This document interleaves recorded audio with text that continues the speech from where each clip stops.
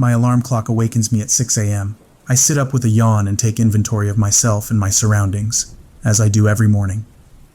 The bunker where I spend my life is cement-floored with cinder block walls, a bleak gray color. It is lit with a sickly pale white light from the overhead fluorescent tubes. My sleeping quarters are small and Spartan, like a monk's cell in a monastery. My bed is a military-style single cot. There is a bookcase that contains paperback books that were once the favorite of my all-too-few distractions, but, having each been read numerous times, now fill me with an irrational rage whenever my eyes fall upon them. There are no surprises left in those books. I know each line for line, every flat character, every trite plot twist, every insipid romance and passé dramatic contrivance and tiresome action cliché. The monotony they offer me now drives me to madness. Someday, I'll burn these goddamn books and use the wood from the bookcase to construct something more useful. A coffin, maybe. I stand and go to the calendar on the wall. The calendar I drew by hand, like every calendar I've had since the second year after I first came down here so long ago, and cross out yesterday. An endless series of X's spanning many pages, many years. I distinctly recall the first calendar that adorned this cinder block wall. It had been printed and colorful. The month on display had been July, and the illustration depicted a Norman Rockwell-esque family at a 4th of July picnic. That had been many Julys ago, back when there had still been the foolish optimism that calendars would be needed, the naive belief that there would be a tomorrow to look forward to, and someone there to turn the page to next month. I leave my bedroom, down the narrow hallway into the bathroom. I stare into my own reflection in the mirror. I stare at the lines of aging in my face, the gray in my receding hairline. I no longer recognize my own face. It is a stranger looking back at me with the hard, cynical, war-weary eyes of a long-time survivor. I had been a young man when I left the world above, still naive and carefree and hopeful for the future, not realizing this was all the future there would ever be to hope for. I shave the graying stubble off my coarse-skinned cheeks with my electric razor, brush my teeth. I have to be careful with my teeth because there are no longer any dentists. With the frayed and worn toothbrush I should have replaced long ago, floss, then head into the main room which serves as my office, living room, and recreation area. It is by far the most spacious area in the entire bunker. The walls are plastered with yellowed newspaper articles. Scientists struggle to find an explanation for ongoing crisis. Headlines, 400 million dead worldwide. Magazine covers, Time, an oil painting of Christ with his hands raised, face heavenward, expression mournful. The caption, Pray for our souls. There is a desk on which sits my radio equipment, a couch which sits before my TV and DVD player, a table and chairs where I take my meals. The corners are cluttered with tools, spare electrical components, repair manuals, medical supplies, guns and ammunition, extra light bulbs and batteries, and everything else I need down here to maintain my limited standard of life. I cross the main room and enter my small kitchen. My jaded eyes consider the racks stocked with their stores of non-perishable foodstuffs. I don't have to ever worry about running out. Even after all these years, it seems I have hardly put a dent in my rations. There's enough to last me another 50 years. Provided I live that long, God help me. I laugh hollowly at that last thought. What God? If he had even been there to begin with, he had stopped keeping score long ago and had written off the human race as a failed experiment. He had proven that when it had happened. Pray for our souls. Indeed. Even though I have plenty of food, my meals have become as tedious and unexciting as every other aspect of life in my shelter. My food is bland and nearly tasteless. Military-grade MREs and freeze-dried emergency stuff, mostly. I have been sustained by them for so long that I no longer recall what real food once tasted like. I wistfully long for the long-forgotten scent of a fresh orange, the juicy warmth of a fresh-cooked steak. Stop it, I interrupt myself harshly. Just stop. It won't change anything. I fill a pan with water from the sink. The water is drawn from a pump supplied by an artesian well. Tear open a bag that alleges to contain scrambled eggs. Dump the anonymous-looking powder into the pan and place it on my small butane-fueled stove. As I wait for it to heat, I prepare a cup of instant coffee and sip it. When my eggs are finished, I pour them onto a tin plate and carry them into the other room, sitting down at my table and eating slowly and mechanically. When what passes for breakfast is finished, I get up and, by force of habit, go to my radio unit. I turn it on, listening to the endless silence emanating from the speakers. I push the send button on the microphone and speak. "Is there anyone there? Can you hear me? Over." I wait, listen, repeat my transmission. There is no response. There never is. The last transmission had been eons ago. A man sobbing and whimpering incoherent words, ignoring the questions I had asked him before his sobbing had turned to shrill, undulating shrieks of horror, carnage-racked cries of pure terror and agony. Silence had followed. Unending silence. But still, even after all this time, some part of me refuses to lose hope. I turn on my portable AM/FM radio next, sweeping the dial slowly, carefully, on both bands, listening, but again, there is only silence. The last radio broadcast had been a news report. The president had committed suicide in the Oval Office. Full chaos had descended upon the world and no hope had been left by then. Less than 6 months after the first few isolated incidents had been reported, civilization had crumbled like a child's sandcastle at high tide. The news broadcaster had said he wasn't sure how much longer he would be able to remain on the air. I had switched the radio off, gone to bed, and there had been only static the next morning. Eventually, even that had stopped.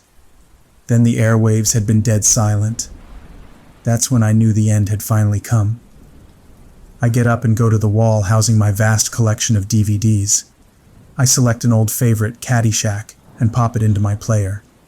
I sit down on my couch and watch the film without really seeing it, unengaged. For a few minutes, I try to fool myself, try to pretend I'm an ordinary man in an ordinary world, kicking back on a Saturday afternoon, watching a comedy classic in the privacy of my own home. It doesn't work. It never does. I watch with dead eyes as Carl Spackler tries to blow up a gopher with plastic explosives. I wish I could still find it humorous, but there really isn't anything to laugh about anymore. Watching a film I've seen countless times before, knowing that Bill and Chevy and all the rest are all long dead, and their deaths had been unspeakably horrific. I might as well be watching a film starring a cast of ghosts. The thought creeps me out. Without really thinking about it, I take a creased and crinkled photograph out of my pocket and study it. The boy I had once been, smiling. God, when was the last time I had smiled? I had my arms around the pretty blonde girl with a heart-shaped face, pale blue eyes, and a wistful smile of her own. Claire. I feel a pang in some obscure corner of my heart that hasn't yet hardened to stone. I stroke her face gently with the tip of my finger. If only you had stayed with me. If only you could be here with me now. I don't cry, though. My tears dried up long before. Her name was Claire. She had been from Paris, studying abroad at my university. I met her during my sophomore year. For the next year, we were inseparable. She had been teaching me to speak French. I was going to live with her in Paris after graduation. Then, it had begun. She had been afraid for her family and had taken the next plane back to France, just before martial law had been declared and all flights grounded, all transportation in and out of the country blocked off, before the bloodshed and panic and riots in the streets. My last image of her, racing frantically down the concourse to the departure gate, ignoring my cries of protest, casting a last glance back at me, her eyes frightened, waving briefly before disappearing forever. I never saw her again. I know in my heart she died like everyone else. I only hope her death had been relatively quick and painless, that she had perhaps taken her own life when it had become obvious there was no hope left. I dread the alternative. If the degenerate elements of society that had risen up in the last few days, taking advantage of the breakdown of law and order, the rapists and looters and marauders and psychopaths, hadn't gotten to her, well, then her end had been even worse. I should have gone with you. We could have faced the end together. I put away the photo and just sit there, staring blankly at the TV. Caddyshack is over, and the DVD has switched back to the menu screen. I wonder, not for the first time, if I might be the only one left anywhere now. It still seems plausible that there might be a few scattered others left, cowering underground in their own bunkers and bomb shelters. But even if there are, how can I ever hope to meet them hiding here underground myself? I wonder if, after all this time, it might be safe to leave my shelter finally. I briefly consider climbing up the ladder, unscrewing the heavy steel hatch and stepping outside for the first time in an eternity, basking in the sun's warm rays, breathing in the fresh air. I cut that tempting thought off with the brutal swiftness of a hatchet decapitating a chicken. I don't dare ever leave here. They move so fast and can appear so quickly, literally out of nowhere. I wouldn't have time to retreat back underground. I know I am going to die down here. Sometimes I wonder why the loneliness and isolation and the endless repetition of days hasn't driven me insane. Maybe because I've adapted to this nightmare, become accustomed to it. They say if a man spends too much time in prison, he doesn't want to leave when he finally gets out. Because life inside prison is all he understands by that point, and the outside world is too strange and frightening. Or maybe I'm just tougher than I thought I was. Maybe I was born a natural survivor. I laugh at that. Surviving for what? What did I hope to accomplish out of this? Why hadn't I picked up one of those guns sitting in the corner and ended it once and for all years ago?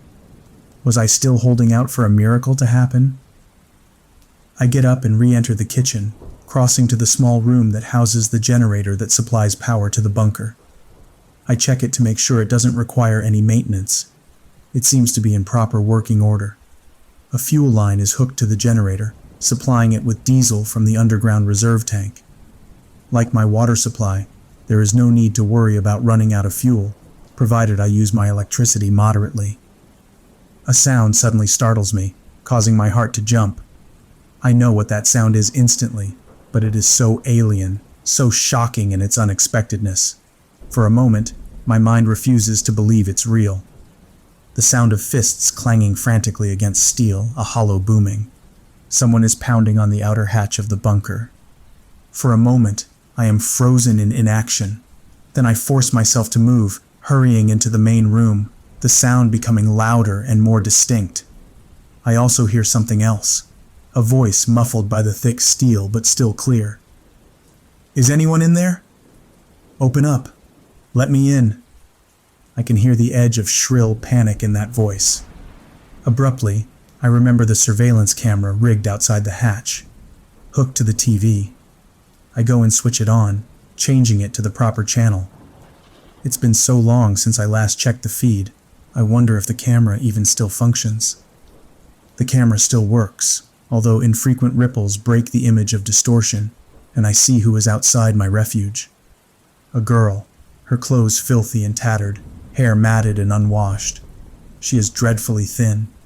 She looks to be in her early 20s, and I realize she must have been born sometime after this nightmare began, born into this hellish reality of brute survival and struggle and unending terror. This world once was not even a distant memory to her. I feel a twinge of pity for her. She pounds at the hatch and tries to force it open, to no avail. This bunker had been designed to withstand a nuclear blast head-on. She keeps casting fearful glances behind her, and I know she's being hunted. "Open up!" she screams again in desperation. "Let me in! Hurry!" And then, I see what she has been seeking to escape. It appears 10 feet behind her, literally materializing out of thin air. I still don't know if they're actually teleporting themselves across space or phasing through some dimensional barrier, or if it's just some kind of invisibility screen they use to sneak up on their prey. No one ever learned much about them.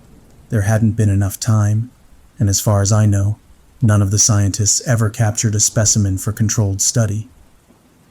I look at it, feeling a stirring of the old fear I thought I had forgotten long ago. It had been so long since I had seen one I had forgotten how grotesque they were. It was at least 8 feet tall and terribly gaunt, its arms unnaturally long, its spindly fingers ending in talons. Vaguely humanoid in appearance, its naked, mottled skin was a dead gray color, the black lines of veins clearly outlined like roads on a map. Its features drawn tight and skeletal over its elongated skull. Its eyes were empty black sockets, its mouth a wide black maw lined with jagged, pointy teeth. It began to approach the girl, who was unaware of its presence, unaware of the danger behind her. As a younger, more idealistic man, I know I wouldn't have hesitated to climb the ladder and open the hatch, admitting her to the safety of my shelter. I perhaps would have welcomed her companionship, the presence of a female ally. Perhaps we would have even become lovers and repopulated the vacant world, Adam and Eve, a warm, lighted union against the cold, crushing starkness of existence. But that young man and his romantic notions are long dead. I'm old now, and I've become territorial to my space. I don't want an intruder in my private realm. Besides, I'm not sure if the food and fuel supplies could hold out between the two of us. Perhaps it's better that it ends here for her, no matter how hideous it will be. What exactly does she want to go on living for anyway? When the creature is 5 feet away from her, something alerts her to it, and she spins and sees it, reacting with a scream. She turns back and begins to pound with wild urgency as it closes in. I hear her terrified shrieks. "Help me! For God's sake, help! Don't let it—" I switch the channel so I don't have to watch what comes next. "Get away from me! Don't touch me! Don't—" Her words end in a long, blood-curdling scream that trails off to a groan, then silence. Faintly, I can hear it begin to feed.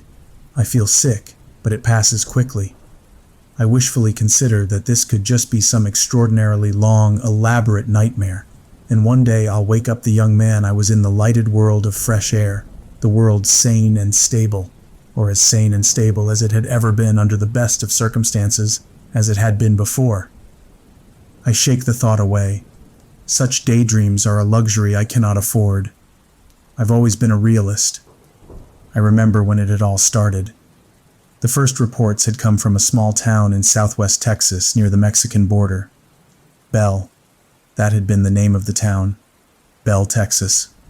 Funny to think how the end of the world had begun in some nowhere little burg no one had ever heard of before. Reports.